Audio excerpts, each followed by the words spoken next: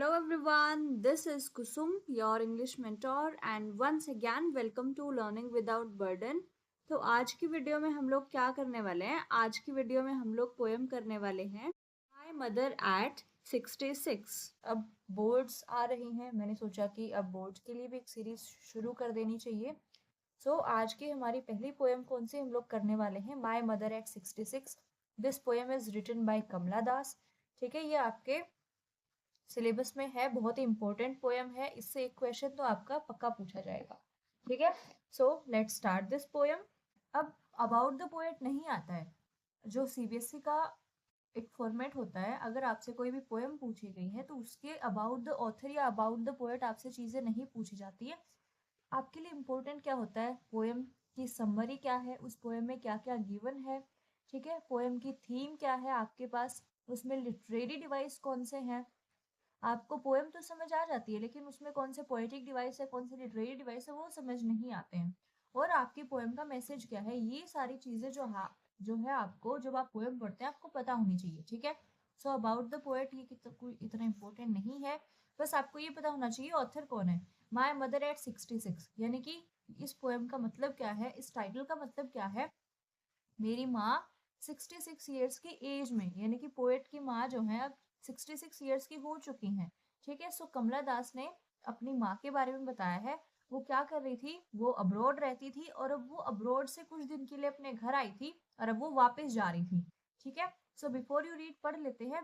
Ageing is a natural process. भाई बूढ़ा होना, एज होना तो एक नेचुरल प्रोसेस है। Have you ever thought what our elderly parents expect from us? क्या आपने कभी सोचा है जो हमारे पेरेंट्स होते हैं, जो हमारे ग्रैंड पेरेंट्स होते हैं, वो हमसे क्या एक्सपेक्ट करते हैं, क्योंकि उनकी एज बड़ी हो रही है, वो बूढ़े हो रहे हैं, है ना। चलिए पोएम पढ़ लेते हैं। पोएम क्या कहती है? Driving from my parents home to Cochin last Friday. अब मैंने बताया था कमला दास अब्रॉड रहती हैं, लेकिन कुछ दिन अपने घर आई थी, अपने पेरेंट्स के पास आई थी। तो ये जो है अब अपने पेरेंट्स के घर से वापस जा रही थी, अब्रॉड जा रही थी। और उसको प्लेन कहाँ से लेना था, कौन से एयरपोर्ट से उसको प्लेन लेना था? कोचिन एयरपोर्ट। अपने पेरेंट्स के घर से वो कहाँ जा रही थी? गाड़ी में बैठ करके कोचिन एयरपोर्ट जा रही थी last Friday morning, Friday morning वाले दिन। उसकी माँ उसको एयरपोर्ट तक छोड़ने के लिए गई थी। आई सो माई मदर बिसाइड मी। तो ये गाड़ी में बैठे हुए थे कमला दास और उसकी माँ। तो कमला दास क्या कहती है? मैंने अपनी माँ को मेरे साइड में देखा। डॉज, डॉज का मतलब क्या होता है? झपकी लेना। ठीक है, झपकी लेना है, नैप लेना। उसकी मम्मी क्या कर रही थी, कमला दास की माँ क्या कर रही थी? डॉज ले रही थी, झपकी ले रही थी उसके साइड में बैठे हुए गाड़ी में। ओपन माउथ, आपने देखा होगा जब बूढ़े लोग सोते हैं तो उनका मुंह खुला होता है ना। एज होने के साथ के जब एज बड़ी होती है तो बूढ़े लोग क्या होते हैं, जब सोते हैं उनका मुंह खुला रहने लगता है। Her face ashen like that of a corpse. अब कॉप्स क्या होता है? Corpse means dead body, dead body. And ashen like यानी कि एशन का मतलब ऐश, राख जैसा। ठीक है, उसकी माँ क्या थी? जब वो अपने पेरेंट्स के घर से कोचिन जा रही थी लास्ट फ्राइडे मॉर्निंग को गाड़ी में बैठ करके, उसकी माँ उसको एयरपोर्ट तक छोड़ने साथ गई थी गाड़ी में। उसने क्या देखा? उसकी माँ साइड में बैठी हुई है, झपकी ले रही है, नैप ले रही है, उनकी माँ का मुंह खुला है। और कमला दास ने देखा कि उसकी माँ का चेहरा जो है बिल्कुल राख जैसा हो रखा है, बिल्कुल कोई कलर नहीं है, जैसा कि एक डेड बॉडी का हो जाता है, जैसा कि किसी मुर्दा इंसान का हो जाता है, वैसा उसका फेस अब हो गया है। And realised with the pain that she was old as old she looked. और जैसे ही उसने अपनी माँ की तरफ देखा कि उसकी माँ का फेस जो है डेड बॉडी की तरह पेल हो गया है, एशन एज जैसा हो गया है, उसको क्या रियलाइज हुआ? ये दर्द रियलाइज हुआ, उसको ये दुख हुआ कि उसकी माँ जो है बूढ़ी हो रही है। जितनी बूढ़ी वो दिख रही है एक्चुअल में वो उतनी ही बूढ़ी हो रही है। But soon put that thought away, लेकिन ये थॉट दूर करने के लिए कि अब उसकी माँ उसके साथ नहीं रहेंगी, क्योंकि एवरेज ह्यूमन स्पैन क्या होता है, ह्यूमन लाइफ स्पैन क्या होता है हमारे पास? 70 ईयर्स। आजकल तो 70 ईयर्स जो है एक अप्रोक्सीमेट क्या हो गया, ह्यूमन लाइफ स्पैन हो गया है। 66 की उसकी माँ हो ही चुकी थी, और अब्रॉड से इंसान इतनी जल्दी तो आता नहीं है, सालों लग जाते हैं अब्रॉड से आने में। तो उसको ये डर था कहीं मैं अब की बार वापस आऊं और मुझे मेरी माँ मिली ही नहीं तो उसको यही डर सता रहा था पूरे रास्ते। तो ये थॉट उसने दूर करने के लिए, ये विचार हटाने के लिए उसने क्या किया? to put but soon put that thought away and looked out at young trees sprinting. ये थॉट अपने दिमाग से निकालने के लिए उसने क्या किया, बाहर देखा, विंडो से बाहर देखा और क्या देखा, तेज गति से पेड़ जो है दौड़ रहे थे। स्प्रिंट का मतलब होता है तेजी से दौड़ना, तेजी से दौड़ना। अब आप बोलेंगे कि मैम पेड़ थोड़ी ना दौड़ते हैं। मान लो हम गाड़ी में बैठ करके जा रहे हैं, गाड़ी आगे की साइड जा रही है, आगे की डायरेक्शन में जा रही है, हमें ऐसा नहीं लगता है कि पेड़ जो है पीछे वाली डायरेक्शन में जा रहे हैं, है ना। सो जब वो गाड़ी आगे की साइड जा रही थी, उसने देखा कि पेड़ जो है बहुत ही फास्ट मूवमेंट से पीछे जा रहे थे। The Mary children spilling out of their homes, और जो बच्चे थे, मैरी मतलब होता है हैप्पी, और खुशहाल बच्चे क्या थे, अपने घरों से बाहर आ रहे थे खेलने के लिए। But after the airport security check standing a few yards away, अब ये सब होते होते जो कमला दास हैं वो एयरपोर्ट पहुंच गई हैं, और एयरपोर्ट पर सिक्योरिटी चेक पर जब उनका लगेज चेक हो रहा था तो वो अपनी माँ से कुछ ही यार्ड्स की दूरी पर थी। अब पोएम को आगे पढ़ने से पहले हम यहाँ तक की जो इम्पोर्टेंट पॉइंट्स हैं इस पेज के, और जो इम्पोर्टेंट क्वेश्चंस है और जो इम्पोर्टेंट हमारे पोएटिक डिवाइस है वो कर लेते हैं। अब देखो, आपसे इसमें यही पूछा जाएगा कि जो कमला दास है उन्होंने अपना वो करने के लिए, अपना थॉट दूर करने के लिए, अपना जो पेन था वो दूर करने के लिए क्या किया। So Kamala Das looked out of the window to put her thought away.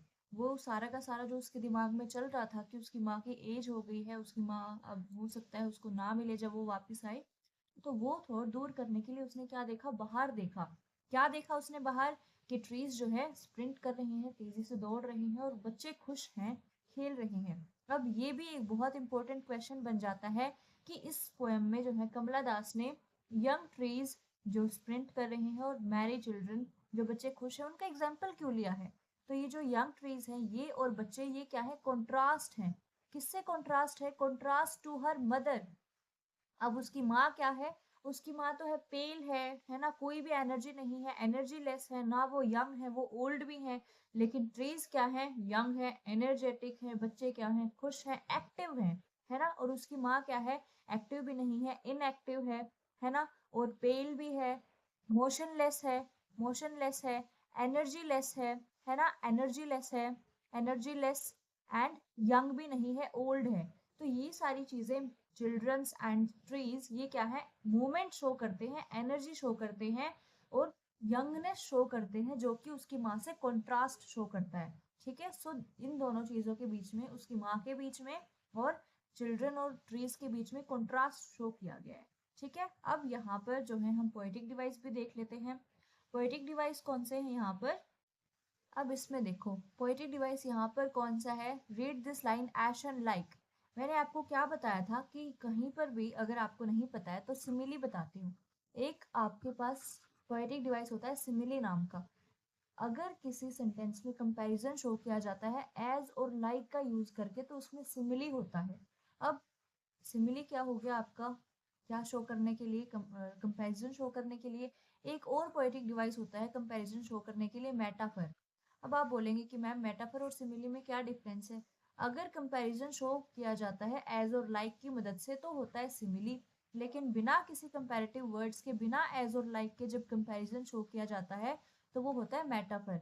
जैसे एग्जांपल लेते हैं, माय मदर इज मून। अगर उसने ये बोल दिया कि मेरी माँ चांद है, कंपैरिजन तो हुआ है ना उसकी माँ का और चांद का, लेकिन कोई भी एज और लाइक जैसे कंपैरेटिव वर्ड यूज नहीं हुए तो उसमें मेटाफर हो जाएगा।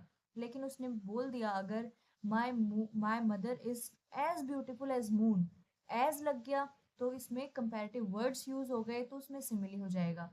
ठीक है, सो ये डिफरेंस होता है मेटाफर और सिमिली में। अब देखो यहाँ पर कंपैरिजन तो क्या है, उसकी माँ का डेड बॉडी के साथ, लेकिन कैसे, एग्जाम्पल क्या इसमें कंपैरेटिव वर्ड यूज किया है, लाइक यूज किया है। ठीक है, सो लाइक और एज का यूज हो गया तो इसमें सिमिली आ जाएगा। सो आपका इस लाइन में कौन सा पोएटिक डिवाइस है, सिमिली है। ठीक है, यहाँ पर भी देखो एज ओल्ड एज, कितनी बूढ़ी थी, एज का यूज हो गया ना तो यहाँ पर भी सिमिली हो जाएगा। ठीक है, आप देखो नेक्स्ट देखो, यंग ट्रीज स्प्रिंटिंग। स्प्रिंट क्या होता है, मतलब क्या होता है, तेजी से दौड़ना। अब आप लोग एक बात बताइए, क्या कोई नॉन लिविंग थिंग दौड़ सकती है, can any non living thing run. अब पेड़ तो वैसे लिविंग में आते हैं, लेकिन ये नॉन ह्यूमन थिंग्स तो है ना, ह्यूमन थिंग्स तो है नहीं। दौड़ना किसकी कैरेक्टरिस्टिक होती है, ह्यूमंस की होती है। ठीक है, तो इसमें पर्सोनिफिकेशन हो जाएगा। अब आगे हमारी पोएम को पढ़ लेते हैं। जब वो एयरपोर्ट के सिक्योरिटी चेक पर अपनी माँ से कुछ एक यार्ड्स की दूरी पर खड़ी थी, तब उसने क्या किया? I looked again at her, when, pale as a late winter's moon, and felt that old familiar ache. अब ये क्या कह रहा है कि कमला दास यहाँ पर क्या कह रही हैं कि जब मैंने एयरपोर्ट के सिक्योरिटी चेक पर खड़े होकर अपनी माँ की तरफ दोबारा देखा, तब उनका फेस कैसा था? वेन था। When means colourless. ठीक है, कलरलेस था, पेल था। कैसे पेल था? जैसे कि सर्दियों में बहुत ही लेट चांद निकलता है ना, बिल्कुल डल, वैसा ही था। और उसकी माँ का फेस, और उस फेस को देख करके उसको फेमिलियर एक, वही दर्द फील हुआ, वही एक फील हुआ जो उसको बचपन में होता था। माई चाइल्डहुड फियर, कौन सा? बचपन में क्या डर था उसको? कि वो एक ना एक दिन उसकी माँ को खो देगी। यही डर था उसको बचपन से, है ना? तो उस टाइम पर उसकी माँ को देख करके उसके दिमाग में यही चीजें, यही डर दोबारा महसूस हुआ कि अब मेरी माँ की एज हो गई है और बहुत जल्द मैं इनको खो दूंगी। ठीक है, यही अब इम्पोर्टेंट क्वेश्चन आपसे ये भी पूछा जाता है, what was Kamala Das childhood fear? Kamala Das का जो है चाइल्डहुड फियर क्या था?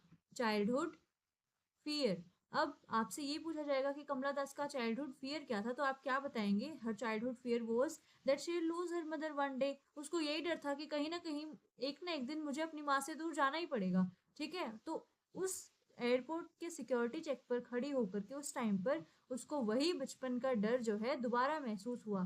फेमिलियर एक किसको कहा गया है? उसके बचपन के डर को कहा गया है। बट फिर भी इतना ज्यादा दुखी होते हुए भी, but all I did was see you soon, Amma. But all I said was see you soon, Amma. And all I did was smile and smile and smile. फिर भी इतना दुखी होकर भी उसने क्या बोला? सिर्फ उसने बोला see you soon, अम्मा, कि आपसे जल्द ही मुलाकात होगी अम्मा। और उसने क्या किया? सिर्फ और सिर्फ स्माइल किया। अब ये क्या शो करता है? सी यू सून, ये वर्ड्स क्या शो करते हैं? कि उसने अपनी माँ को कंसोल किया। उसने अपनी माँ को कंसोल किया, और ये क्या दी? होप दी। ये होप दी कि मैं आपसे दोबारा जरूर मिलूंगी। वो अपनी जो उसका अपना रिग्रेट जो था, वो अपना दुख जो थी, वो अपनी माँ को शो नहीं होने देना चाहती थी। कमला दास नहीं चाहती थी कि वो तो दुखी है ही, उसकी माँ भी दुखी हो जाए, वो ऐसा नहीं चाहती थी। इसलिए उसने अपनी माँ को सांत्वना देने के लिए, सराहना करने के लिए, कंसोल करने के लिए क्या किया? सिर्फ और सिर्फ उनकी तरफ देखा, उनकी तरफ स्माइल किया, सिर्फ और सिर्फ स्माइल किया। ठीक है, ये दिलासा देने के लिए कि वो उनसे जरूर मिलेगी। और क्या बोला? सी यू सून अम्मा। ठीक है, यही आपकी पोयम थी। इस पोयम में अब देखो लेट विंटर्स मून। अब यहाँ पर ये भी इम्पोर्टेंट है आपसे कि उसने अपनी माँ का कंपैरिजन लेट विंटर्स मून से क्यों किया?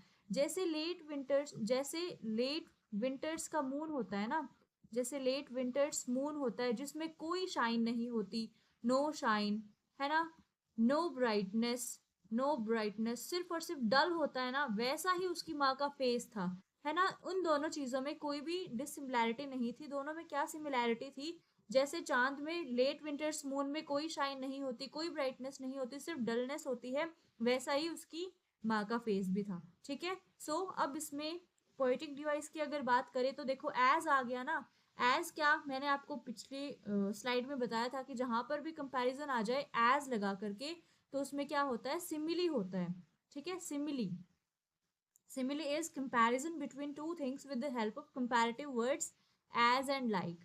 ओके, और फिर उस यहाँ पर कौन सा पोएटिक डिवाइस है? Smile and smile and smile. जब एक ही वर्ड बार बार रिपीट होता है तो रिपीटेशन पोएटिक डिवाइस होता है। ठीक है, सो यहाँ पर स्माइल, स्माइल एंड स्माइल में कौन सा पोएटिक डिवाइस है? रिपीटेशन है। ठीक है, सो यहाँ इस पोएम से यही इंपॉर्टेंट क्वेश्चंस हैं। इसका अगर हम हमसे मोरल पूछे, मैसेज पूछे, तो यही है कि डेथ यूनिवर्सल है। डेथ तो आनी ही आनी है, हर किसी को एक ना एक दिन मरना है। लेकिन जो हमारी पोएट थी, उनको डर था अपनी माँ से दूर होने का। वो अपनी माँ से दूर नहीं जाना चाहती थी। She had a very strong affection with her mother, है ना।